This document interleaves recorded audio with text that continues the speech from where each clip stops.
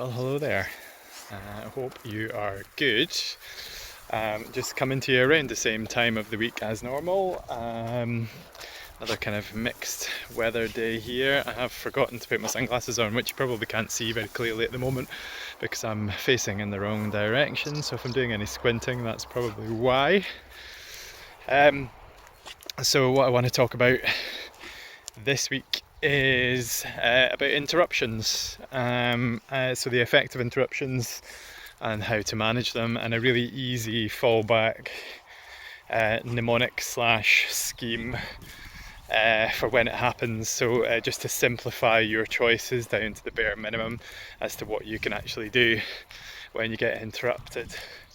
So first of all, I think interruptions are an inevitable part of daily life. If you work from home, perhaps the kids aren't at school or nursery, perhaps there's other people around the house making noise, delivery drivers, that kind of thing. I'm sure the people that had to work from home and perhaps are still working from home have experienced all these things.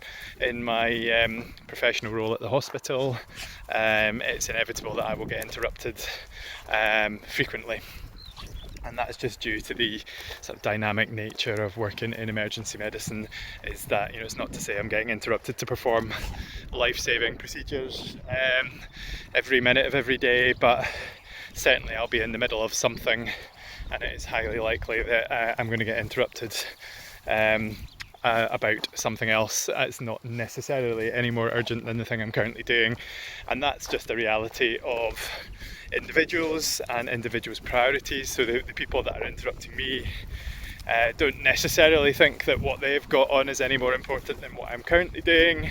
It's just that we all have that kind of internal rank of our own priorities, and when someone's got a task that needs sorting and your input to that is fairly crucial, that's top of their list, so they will come and they will interrupt you. And generally speaking, that's done fairly respectfully, but not always, and that can be a bit of a bugbear of mine, where actually, it's clear that I'm in the middle of doing something reasonably involved, and actually by interrupting me, you've disrupted my flow. But most of the time I can manage it fairly well. But it's fairly well demonstrated in research that interrupting someone is not a benign thing. I can't remember the figures offhand, but there's a significant chance that you will take a lot longer to complete the task that you were doing than you would before. It takes you a while to get your mind back on track. There's also a reasonable chance that you will actually not go back to the thing you were doing before. I want to say it's thirds, I'm not 100% sure. So even if you say that, there's a 30% chance you will just completely forget what you're doing. 30% of the time you'll take significantly longer to get your mind back on track again, and 30% of the time you'll be able to get straight back to what you're doing. So that's a pretty significant impact. No doubt someone cleverer than me could translate that into economic terms and work out how much that actually costs you individually or your organisation if you work in a business that is kind of monetarily driven. I'm sure that could be demonstrated. So it's definitely not a benign process, especially in the professional environment. So what can you do about it? Well, first of all, you can kind of let people, if you work with the same people all the time, you can make it fairly clear and have a procedure for how you personally would like to be interrupted. So something along the lines of, if it's an absolute emergency, then just come and interrupt me. If you're interrupting me, I will assume that it's something very important. Otherwise, it might be, send me an email, send me a message, but have some kind of pre-agreed terms for how that's going to work.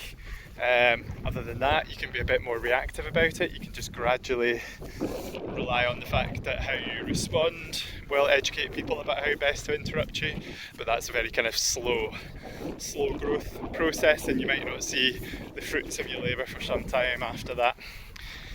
So just decide how you want to manage that in the moment, and then it comes down to actually being reactive instead of proactive. Like, how are you actually going to react in the moment? And just know that you have options essentially when you get interrupted, and it can be a bit of an overwhelming thing. You're absorbed in a task, you get interrupted, the temptation is to be a bit annoyed. And that's okay, that's a natural human reaction, but it doesn't necessarily have to overtake your response in the moment.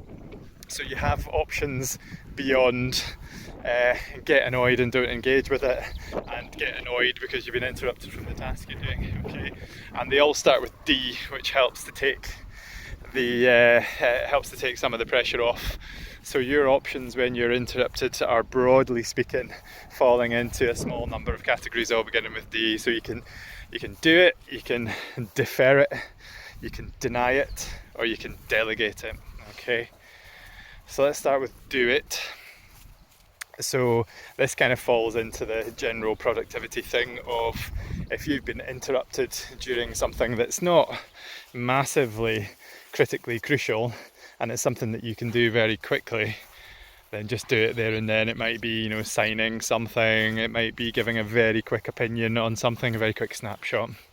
Okay, so if it's something that just needs to be done and can be done very quickly, certainly within 2 minutes, then just do it. Okay, gets it out of the way and it's done and the other person is satisfied. Defer. So it might be that actually you've taken a quick snapshot of what it is you're being asked to do, what you've been interrupted for, but actually you don't feel that you want to engage with that right away. It might be because what you're doing is more important on the basis of what you know at that time. Or it might just be because actually you're just too absorbed and you can't give it the attention that you think it needs. So you can defer it. So you can just say to someone, oh, can you just wait for 1 minute, 2 minutes? I'll come and find you when I've got some headspace. Just recognising that perhaps you don't have the bandwidth to deal with whatever it is that they've brought to you, or that you want to be able to do it justice. So you can just say, wait until I've finished my sentence, I've finished this task, wait until I come and find you.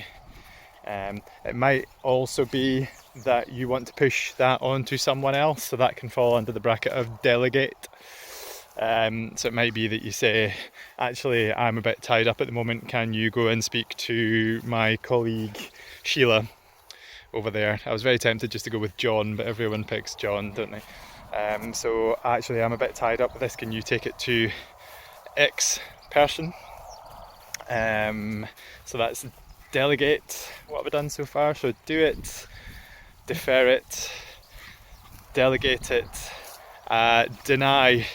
So deny is probably, you probably don't want to be denying things straight off, because there's a good chance that you probably don't have a good enough understanding of what it is you're being asked to do.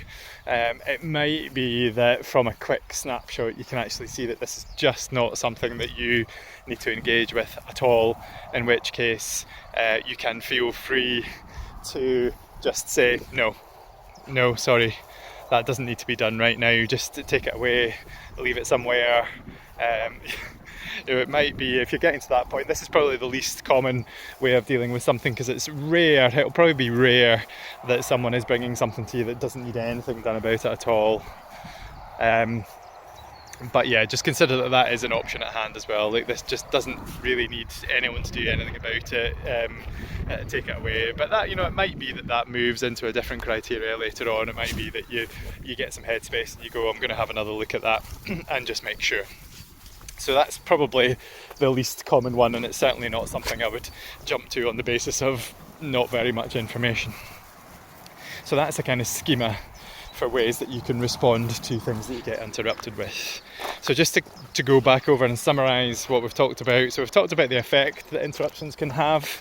So we said it actually is not a benign process by any stretch of the imagination. So that's just something that you need to bear in mind when you're interrupting other people.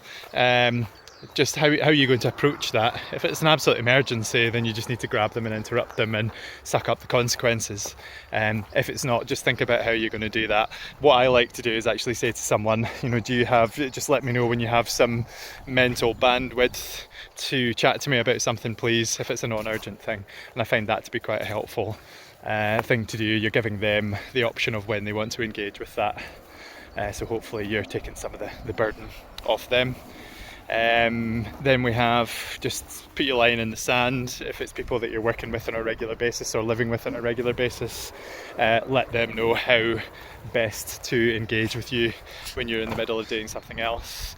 And then beyond that, boil it down to those D's for how you're going to respond if you get interrupted. So do it if it's quick and what you're doing is not urgent. You can defer it till another time, you can delegate it to another person, or you can completely deny it.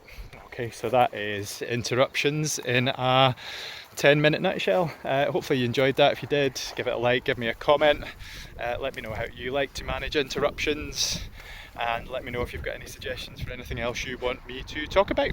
Catch you next time.